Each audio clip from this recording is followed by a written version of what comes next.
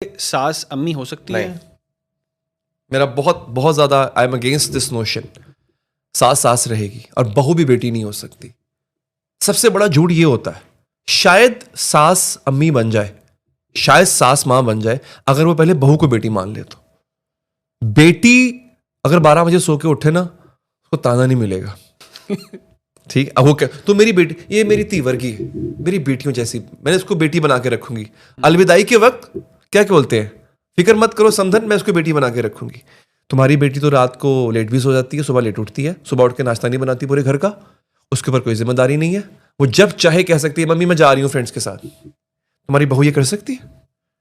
अगर वो नहीं कर सकती तो डोंट कॉल हर बेटी, वो तुम्हारी बहू है।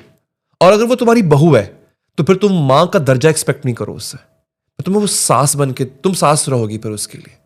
प्रॉब्लम पता क्या आता है बहू और सास का? हम मर्दों का प्रॉब्लम ये है, हमें बहू में बीवी में माँ चाहिए होती है। और जिस रोज माँ को पता चलता है ना कि ये मेरी बीवी में माँ ढूंढ रहा है वो बिफर जाती है।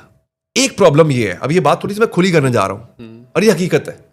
प्रॉब्लम इसमें सिर्फ ये है कि माँ हार जाती है, माँ 24 घंटे माँ रह सकती है। वो जो बीवी है ना, वो दिन को माँ रह सकती है, रात को गर्लफ्रेंड बन जाती है।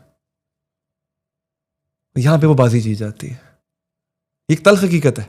इसीलिए आप नोट करें कि वो जो माँ होती है वो फिर जंग लड़ती है, वो अपने सारे हथियार निकाल लेती है। सबसे बड़ा हथियार क्या होता है? तू मेरा पुत्र ही नहीं तो मेरा बेटा ही नहीं। अच्छा, वो ये जब वो लड़का कहते ना कि मैं अफोर्ड करता हूँ, मैं सेपरेट होना चाह रहा हूँ, या फैमिली बड़ी एक्सटेंड हो गई है, घर में मसले मसाइल भी चल रहे हैं, तो मुझे इस्लाम कहता है कि मैं अलग भी हो सकता हूँ और होना चाहिए।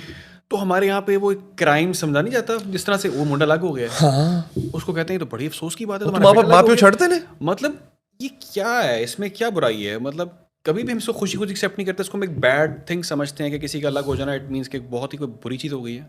देखिए हमारे ना हमारी इस अगेन सब कॉन्टिनेंट के, इंडिया पाकिस्तान के जो सोसाइटी में ना, हमने औलाद को इन्वेस्टमेंट समझा हुआ था, और आज भी ऐसे ही है कि ये मेरी इन्वेस्टमेंट है।